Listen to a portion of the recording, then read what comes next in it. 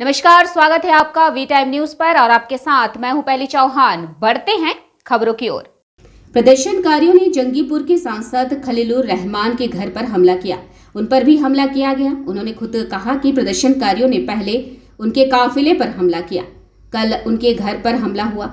घर का CCTV camera टूटा हुआ था। घर पर ईंटें फेंकी गई। 5 हिंदू मंदिरों में तोड़फोड़ की गई। एक पिता और पुत्र की हत्या कर दी गई।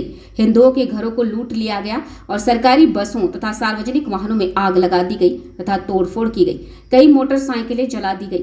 फिलहाल बीएसएफ शमशेरगंज में छुट्टी पर है। धुलियान सहित विभिन्न गांव में चल रही कार्रवाई जारी है। प्रदर्शनकारियों ने औरंगाबाद में डाक बंगला मोड़ और साजनी मोड़ सहित कई स्थानों पर कारों को जला दिया और घरों में लूटपाट की।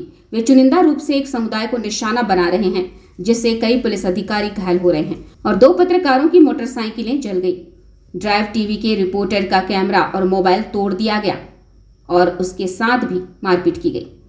দেখুন আমাদের শামশেরগঞ্জ বা জেলা বা বাংলার এটা তো সংস্কৃতি কি আমরা সম্প্রীতি ভ্রাতৃত্বকে বজায় রাখা, এটা তো আমরা করে আসছি এতদিন ধরে আর কি। আমাদের পরবর্তী প্রজন্মকে সেই শিক্ষাটাই দিচ্ছি।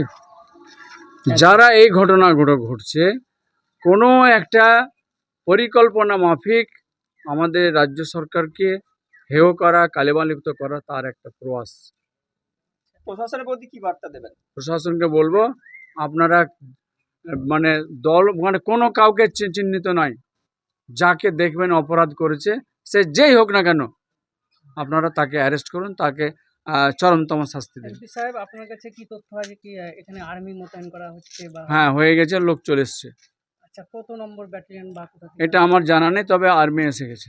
আর্মি এসে গেছে। হ্যাঁ। আচ্ছা সাহেব, এই ফরাক্কার বিধায়কের বাড়িতেও কি আক্রমণ হয়েছে এরকম খবর? ফরকে বাড়িতে আমার বাড়িতে আপনার সিসি ক্যামেরা যা ছিল সব ভেঙে দিয়েছে। আচ্ছা এমনকি জানলার কাঁচও 3-4 খানা ভেঙেছে আর কি। আচ্ছা আচ্ছা। ফরাক্কার বিধায়ক বাড়িতে ইট পাথর চালিয়েছে। আপনার বাড়িতে? হ্যাঁ, ফারাক্কা বিধায়কের বাড়িতেও ইট পাথর চালিয়েছে। ওনারও বাড়ির ক্যামেরা ভেঙে দিয়েছে। কতজন আহত হয়েছেন বা নিহত হয়েছেন, কতটা কি খবর? না, এরকম কোনো খবর আমরা এখনো পাইনি, তবে বেশ কিছু পুলিশ মানে আহত হয়েছেন, এটা আমাদের কাছে খবর আছে।